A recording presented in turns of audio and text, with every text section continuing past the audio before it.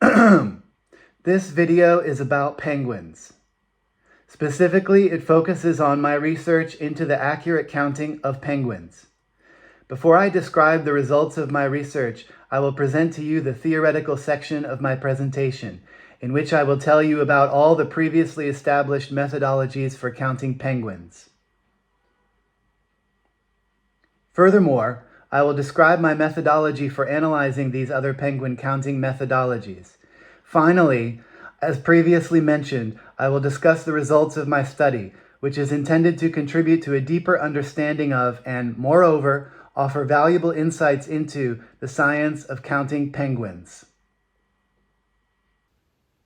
Just kidding. This video is not actually about penguins. Yeah, sorry, you probably would rather watch a video about penguins. So would I, honestly. Although I don't think we would be super excited to watch the video I just described. I'm Joe Lennon, assistant professor at the Maastricht University Language Center. And in this episode of 1 Hour to Improve Your Academic Writing, I'm going to help you avoid making your paper or your presentation sound like the one I just read. Boring, repetitive, pretentious. The key is improving your transitions. That is, improving the way you move from one topic or section of your paper or your presentation to the next one, or even just from one idea to the next. And one concept that I think might help you improve your transitions is if you recognize in your writing the difference between words and sentences that only say what and words and sentences that say why and how. Bad transitions lead to sentences that only say the what. That is, what the topic of a paper or a section is, what the next idea is in a list of ideas, or what the writer will do in the paper. Good transitions show us much more, not only what the topic of a paper is, but why this topic is important. Not just what the next idea is, but how it connects to previous ideas and why it comes next. Not only what the writer hopes to do, but why the writer wants to do it and how the writer will do it. I don't think writers write bad transitions on purpose, but there's one bad habit that a lot of writers get into, especially English learners, and this bad habit can lead you to getting stuck in these what sentences.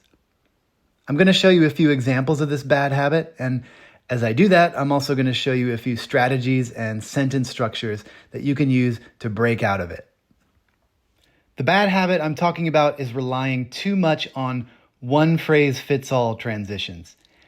And I'm talking especially about words or very short phrases like firstly, specifically, namely, in addition, furthermore, similarly, to summarize, in conclusion, and my least favorite of all, my mortal enemy, moreover. And this is why I put that trigger warning at the beginning of the video, because I can already hear you say, "But Joe, these words are my favorite words to use in my writing. These words are so beautiful, they're so sophisticated, they're so academic. And when I use them, I really feel like I'm an academic writer." And the best thing about these words is they are so easy to use. All I have to do is stick them at the beginning of a sentence, and I have a beautiful way of starting a new section of my paper or getting from one idea to the next. But that right there is the problem. The fact that most of these words or phrases can just be stuck onto the front of any sentence anywhere. And that's why I call them one-phrase-fits-all transitions. The fact that they can be used anywhere suggests that maybe they're not as sophisticated as they sound, and maybe they're not really doing the work that we imagine them to be doing or that we need them to be doing. To show you what I mean, let's take a look at maybe my least favorite word in the English language, moreover.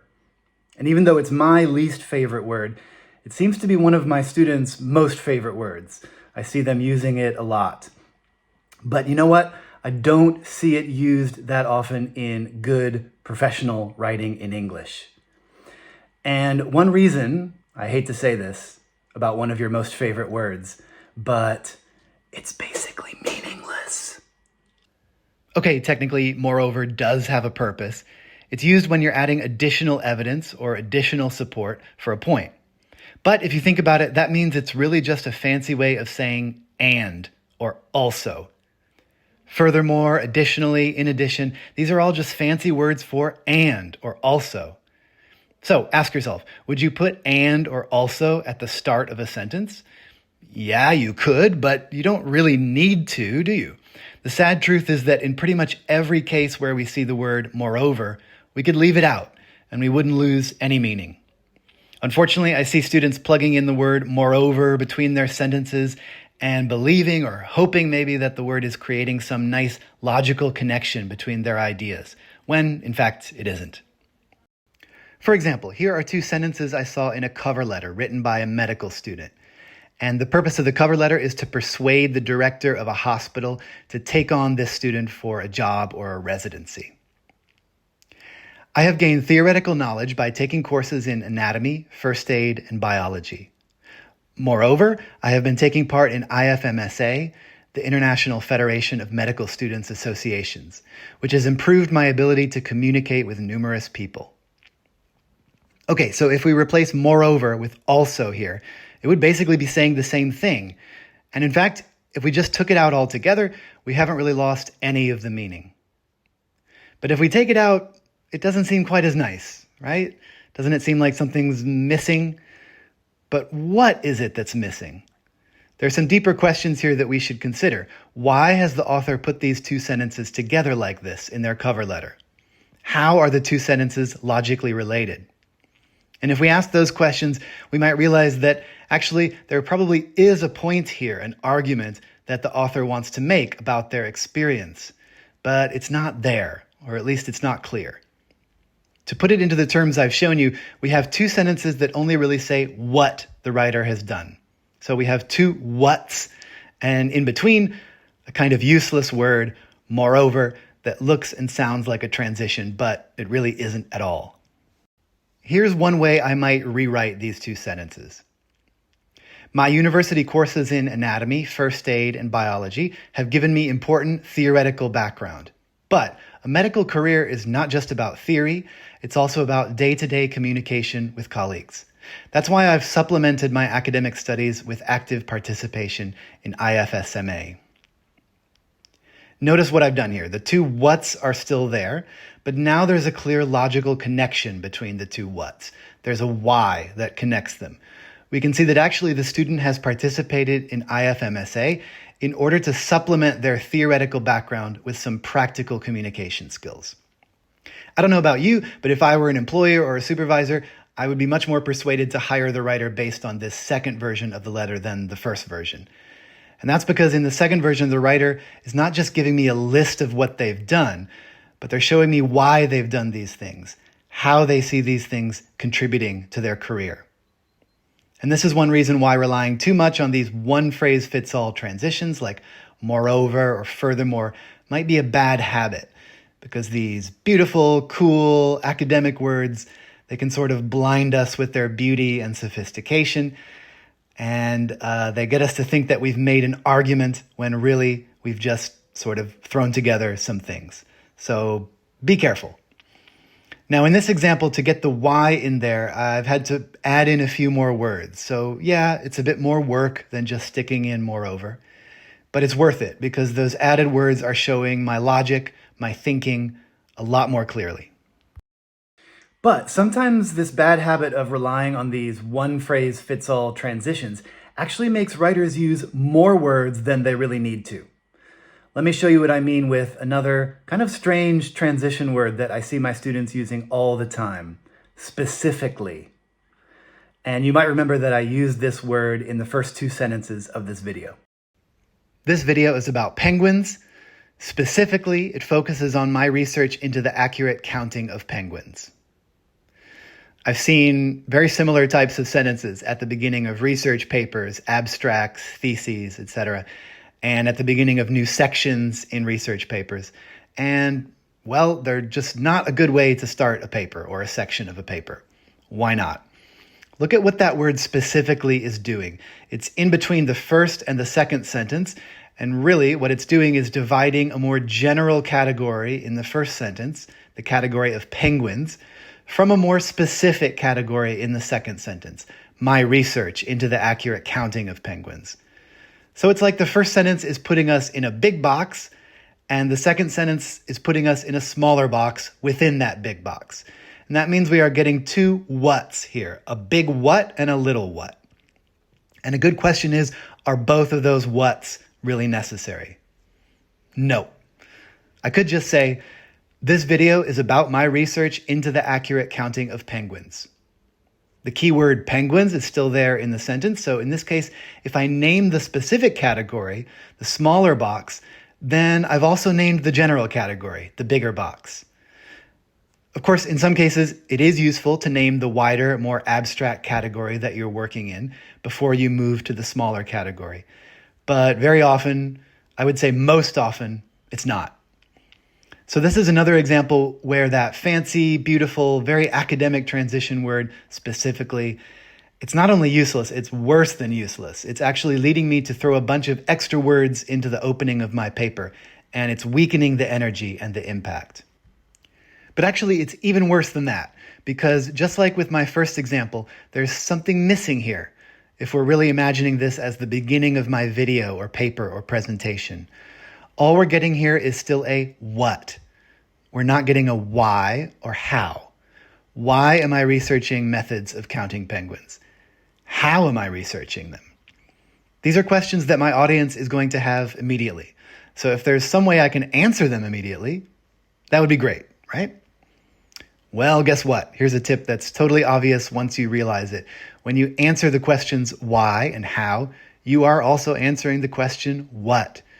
You can't help it, because in order to explain the why and the how, you have to use those what words, the key words, the topic words. Here's how I might rewrite these first two sentences.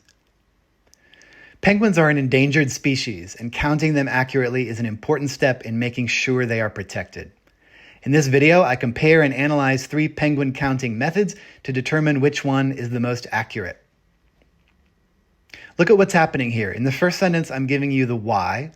Why am I researching penguin counting methods? And notice that my 3 key topic words, my what words, they're still there in the sentence. So the reader gets the what at the same time as they get the why.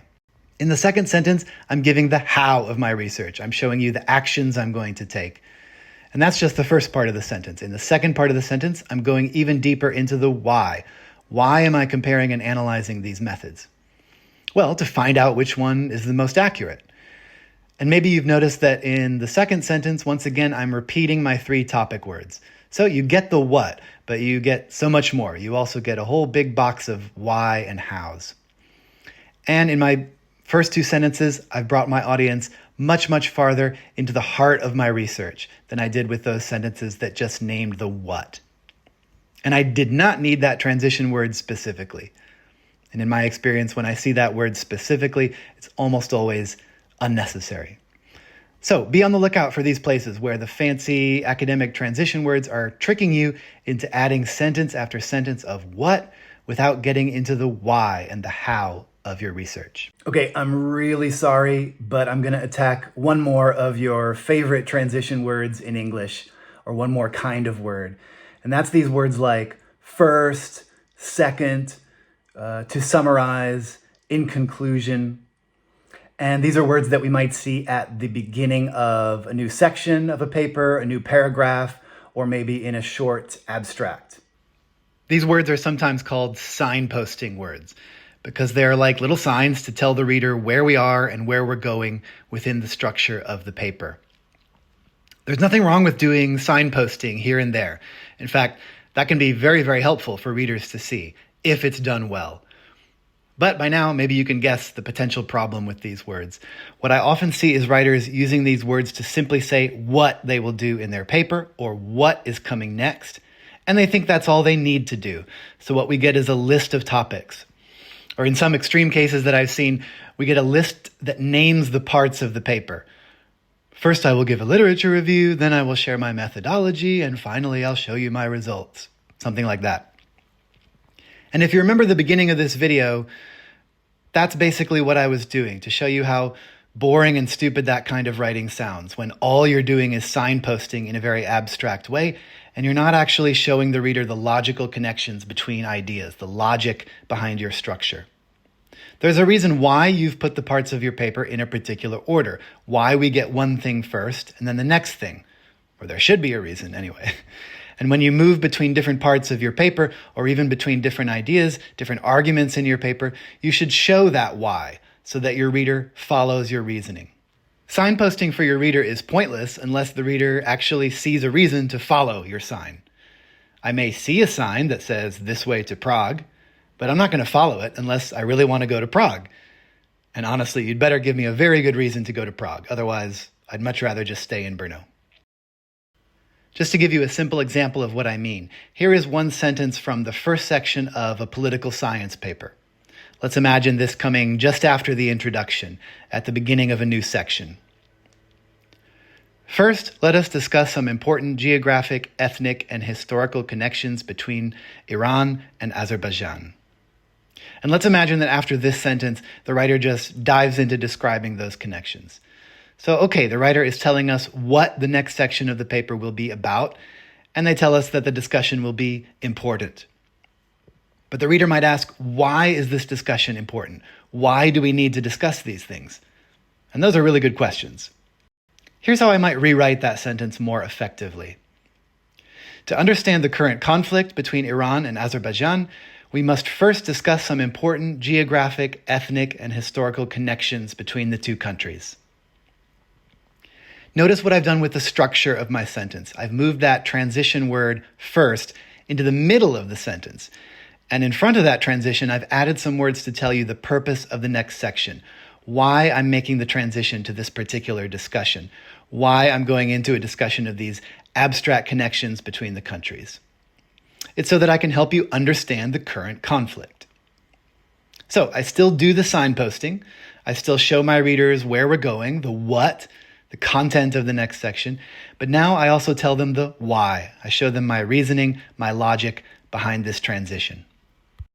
Okay, so I've shown you a few examples of how this bad habit of relying too much on these one-phrase-fits-all transitions can get you stuck in the what sentences of your paper that sound boring, pretentious, repetitive, and they actually delay you and delay your reader from getting to the good stuff, the why and the how of your research, which is actually what your readers are much more interested in. But obviously, not all one-word or short phrase transitions are bad. They're not all as meaningless or useless as moreover or specifically or the others I mentioned. Some of them really do have a logical force behind them and are a little bit more meaningful and useful. Words like however, on one hand, on the other hand, in contrast, on the contrary. These phrases can be quite useful because they prepare the reader for a contrast, a turn in the argument, a change in perspective. And this is exciting and interesting. And then on the much more useful or meaningful end of the spectrum, there are some transition words or short phrases that make me really happy whenever I see them. In other words, for example, for instance, or even things as simple as so that or because. Phrases like this are leading us deeper into some exploration of the logical relations between things. Or they're providing clarifications, other ways of looking at something. They give the reader some insight into how the writer understands their topic, or how one thing leads to another, or why. So I'll leave you with some final advice. Be on the lookout for these two things in your writing. One-phrase-fits-all transition words.